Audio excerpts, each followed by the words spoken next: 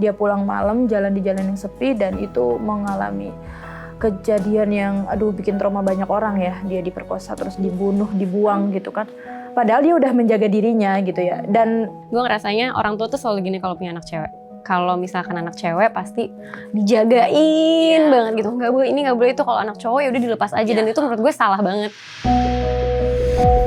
Komisi Nasional Anti Kekerasan Terhadap Perempuan atau Komnas Perempuan mencatat jumlah laporan kasus kekerasan seksual terhadap perempuan terus meningkat setiap tahunnya. Berdasarkan data Komnas Perempuan, hingga 2019 setiap 2 jam setidaknya terdapat 3 perempuan yang menjadi korban kekerasan seksual. Kami mengajak 3 teman dengan latar belakang yang berbeda untuk duduk bersama dan berbagi pandangan tentang kekerasan seksual.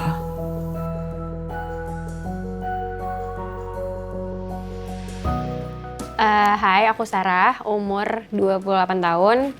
Pekerjaanku project manager di suatu agency. Thank you. Oke, aku Emma Rahayu, umurku 27 tahun. Aku ibu rumah tangga sekaligus aktivis muslimah. Halo, nama aku Levina Purnama Dewi atau biasa dipanggil Vini. Umur aku 26 tahun dan aku co-founder dari Menjadi Manusia.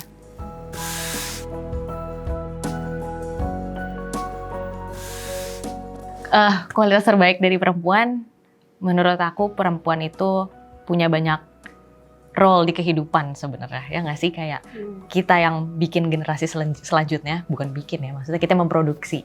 Menurut aku salah satu kualitas terbaik dari seorang wanita sih sebenarnya.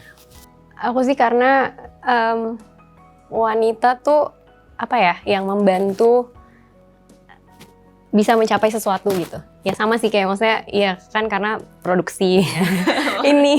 Ya kan itu iya benar. Oke, aku sebenarnya sependapat.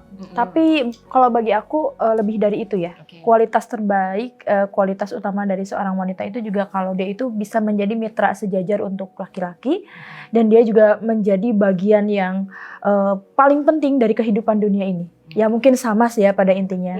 Cuman ya tadi dia punya peran banyak gitu di dalam kelangsungan hidup manusia.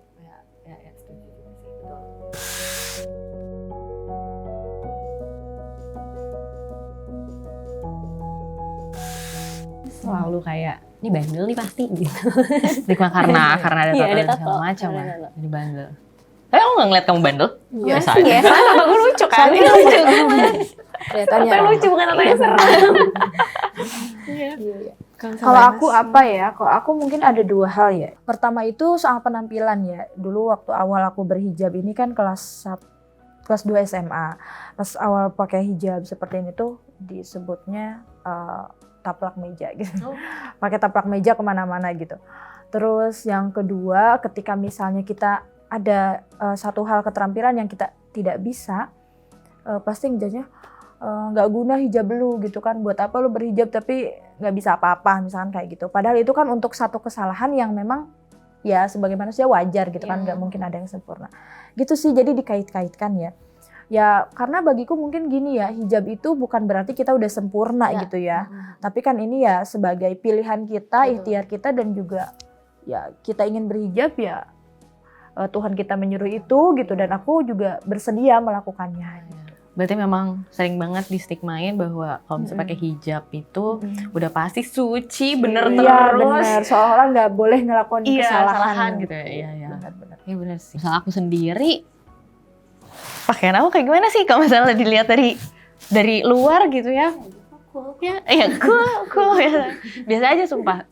Kalau misalnya masalah penampilan, kebetulan aku sendiri tuh nggak pernah yang kayak apa ya pakai baju seksi-seksi gitu, maksudnya nggak pernah tuh yang kayak itu. Pasti emang pakai gombrong-gombrong, tapi emang pada dasar tuh emang suka. Paling kalau misalnya stigma ke perempuannya lebih kayak rebek kali ya, kalau misalnya perempuan tuh sering banget dikaitin sama rebek, cuman bukan gara-gara penampilan gitu loh, mungkin gara-gara recet mikiran ini itu gitu, tapi kan sebenarnya wajar gitu maksudnya. Gitu ya. Iya, banyak banget tuh yang suka bilang ribet atau recet. Iya, overthinking kayaknya itu nggak semua. Iya, overthinking, ribet mikirin ini itu gitu. Tapi kan ya buat dipikirkan gitu kan sesuatu daripada kenapa-napa nantinya. Gitu sih kalau misalnya dari aku, nggak ada stigma yang gimana-gimana gitu.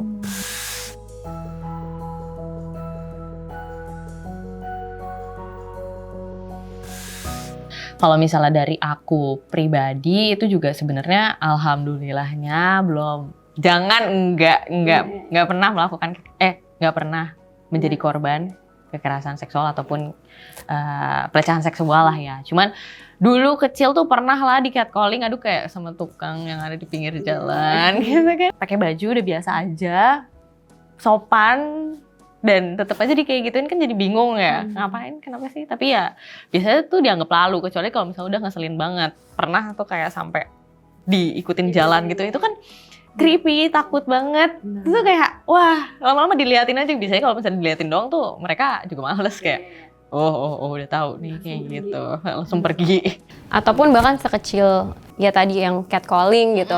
Maksudnya catcalling kan terjadi banget di sekitar kita gitu. Nah yang makanya gue pun jarang banget mengekspos tato gue, pakai baju gombrong-gombrong gitu, karena gue nggak nyaman aja gitu dengan society yang Punya terlalu pemikiran seperti itu. Masih belum bisa lah ya menerima. Ya.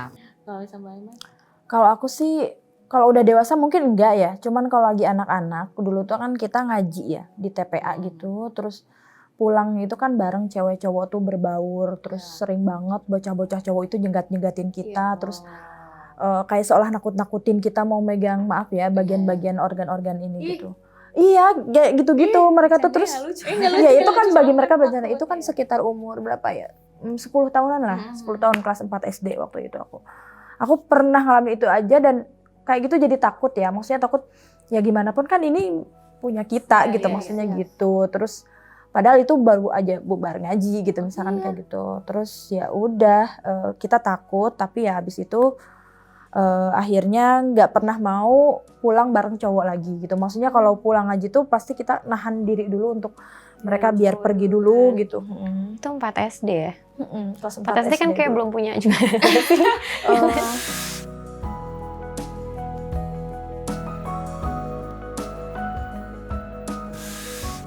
Kalau menurut aku ya, karena ada pandangan dari lawan jenis kali ya. Kekerasan seksual juga sebenarnya spektrumnya tuh besar banget. Banyak lah macamnya gitu. Ada yang light lah atau ada yang benar-benar sampai melakukan tindakan seksual yang seperti apa. Cuma menurut aku emang datangnya itu dari lawan jenis. Ya karena itu harus mereka yang kontrol juga. Iya, itu ya, bukan mereka kan punya kontrol gitu loh. Iya. Ya, pasti ya bisa lah kontrol. Iya, sebenarnya tuh ya kita juga nggak punya apa ya bukan hak ya. Kita tuh nggak bisa untuk mengontrol orang lain kan. Pasti. Tapi ya diri sendiri. Iya, kita tuh yang bisa kita kontrol itu kan adalah diri sendiri gitu. Nah kalau misalnya lawan jenis yang berpikiran seperti itu, nggak tahu tuh datang pemikiran tuh dari mana gitu kan, sampai akhirnya mereka bisa melakukan kekerasan seksual ataupun pelecehan seksual gitu kan. Kalau aku sih, sepengalaman aku sih ya, laki-laki bukan penyebab utama ya. Kenapa? Karena itu bisa juga terjadi di sesama perempuan. Kenapa saya bicara seperti ini ya karena saya pernah menyaksikan gitu. Saya kebetulan pernah bertugas di salah satu lapas khusus perempuan di Jabodetabek ini.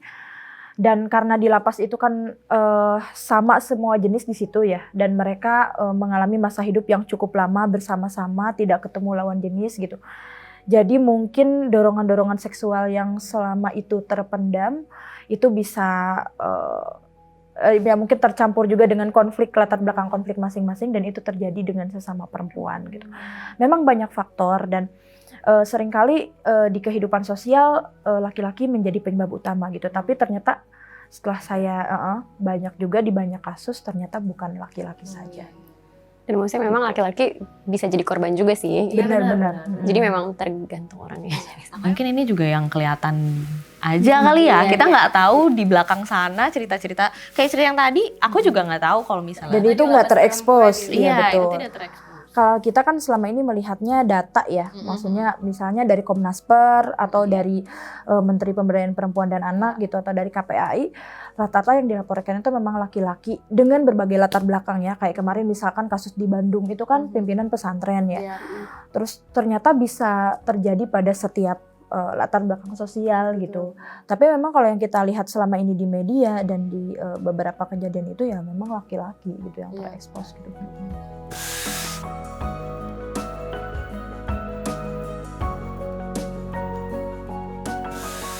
Tidak sih. Gue merasa ya tinggal di Indonesia ini, gue ngerasanya orang tua tuh selalu gini kalau punya anak cewek. Kalau misalkan anak cewek pasti dijagain banget gitu. Nggak boleh ini, nggak boleh itu. Kalau anak cowok ya udah dilepas aja. Dan itu menurut gue salah banget. Karena kenapa lo bisa asumsi anak cowok nggak ngapa-ngapain gitu, nggak perlu diajarin gitu. Padahal ternyata buktinya kasusnya sebanyak ini gitu loh. Orang tua tuh selalu kayak nge-keep anak perempuan gitu kan supaya terjaga. Berarti kan itu case udah dari lama bahwa cowok-cowok tuh sebenarnya menyeramkan gitu. Kenapa cewek-ceweknya harus dijaga gitu? Berarti kan ada sesuatu di luar sana gitu kan. Iya, cuman kan harus diubah juga kan. Ya udah caranya nih berarti didik juga dong yang cowok nggak boleh asal dilepas gitu loh. Karena banyak kok yang dia perempuan baik-baik. Misalkan maaf ya, tahun 2014 itu pernah terjadi di Depok, teman saya sendiri pakaiannya seperti ini, dia pulang malam jalan di jalan yang sepi dan itu mengalami kejadian yang bikin trauma banyak orang ya. Dia diperkosa terus dibunuh, dibuang gitu kan. Padahal dia udah menjaga dirinya gitu ya. Dan waktu Badai Isa itu aku kira masih wajar ya gitu untuk beraktivitas di luar kayak gitu.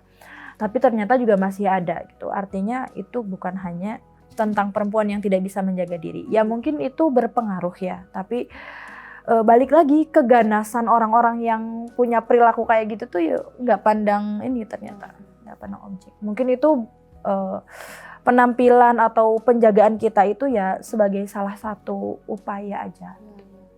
Cuman aku nggak tahu apakah kita harus bener-bener galak kah kalau kayak gitu kan.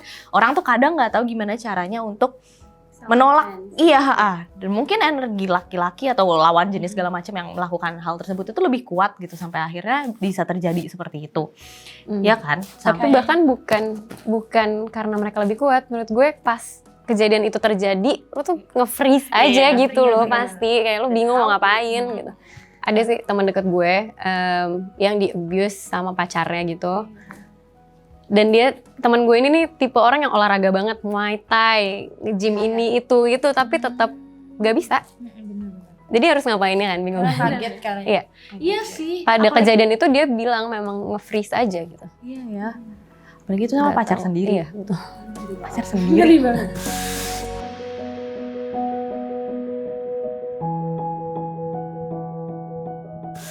Tidak sih.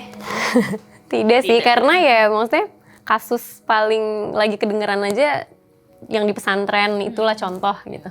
Santri-santrinya diem gitu. Udah tertutup auratnya. Mungkin itu bukan faktor utama ya, itu mungkin penunjang aja. Karena lagi-lagi tadi balik lagi sih ya. Self control. Gitu ke pelakunya lagi gitu.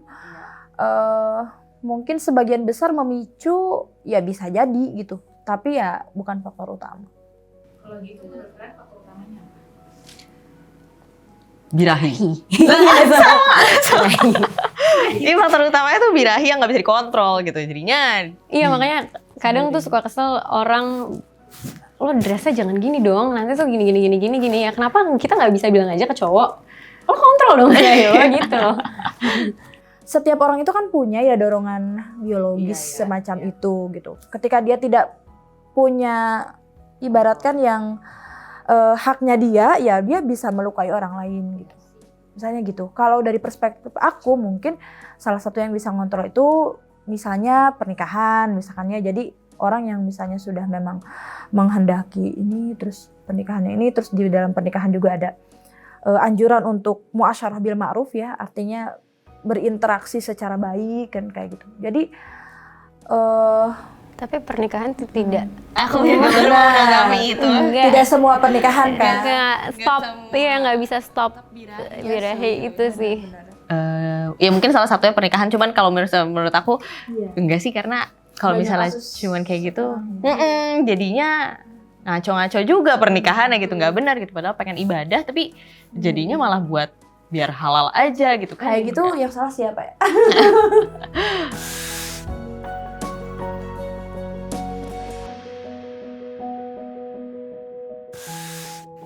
Aku setuju sih kalau harus selalu berpihak pada korban. Maksudnya ya, karena itu doang support yang bisa kita kasih gitu loh, kayak ya dengerin mereka, apalagi gitu. Moral support sih. Moral support. Iya.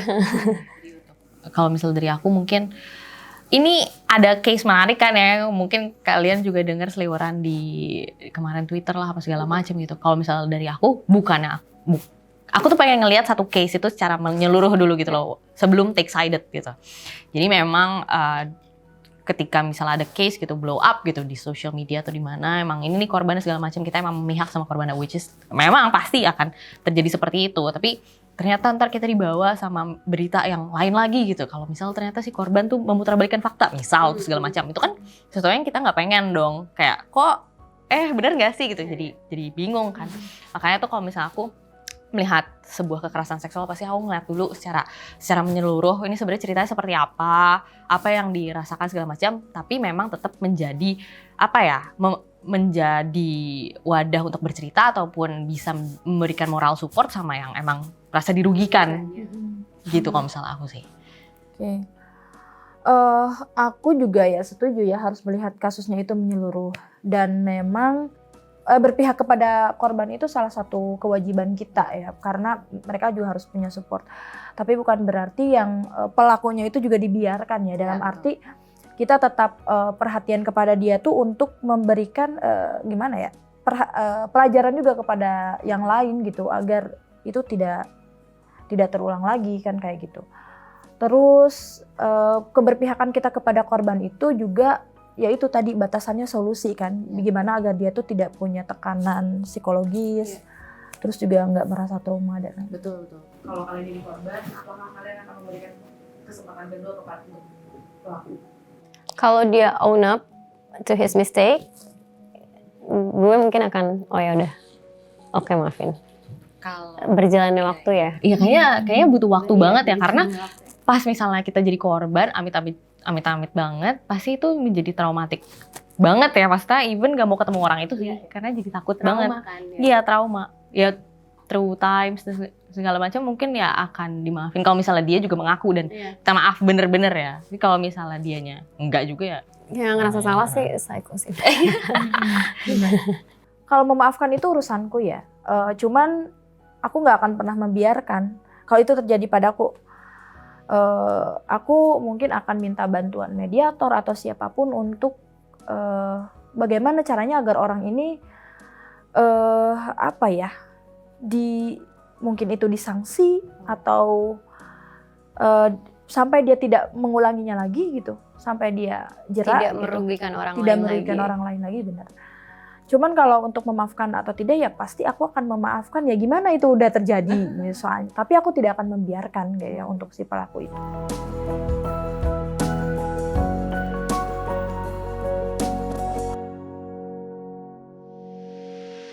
Terima kasih sudah menonton video kami dan jangan lupa untuk like, komen, dan share video ini. Subscribe juga kanal kami dan nyalakan notifikasi untuk update terus video terbaru dari Menjadi Manusia.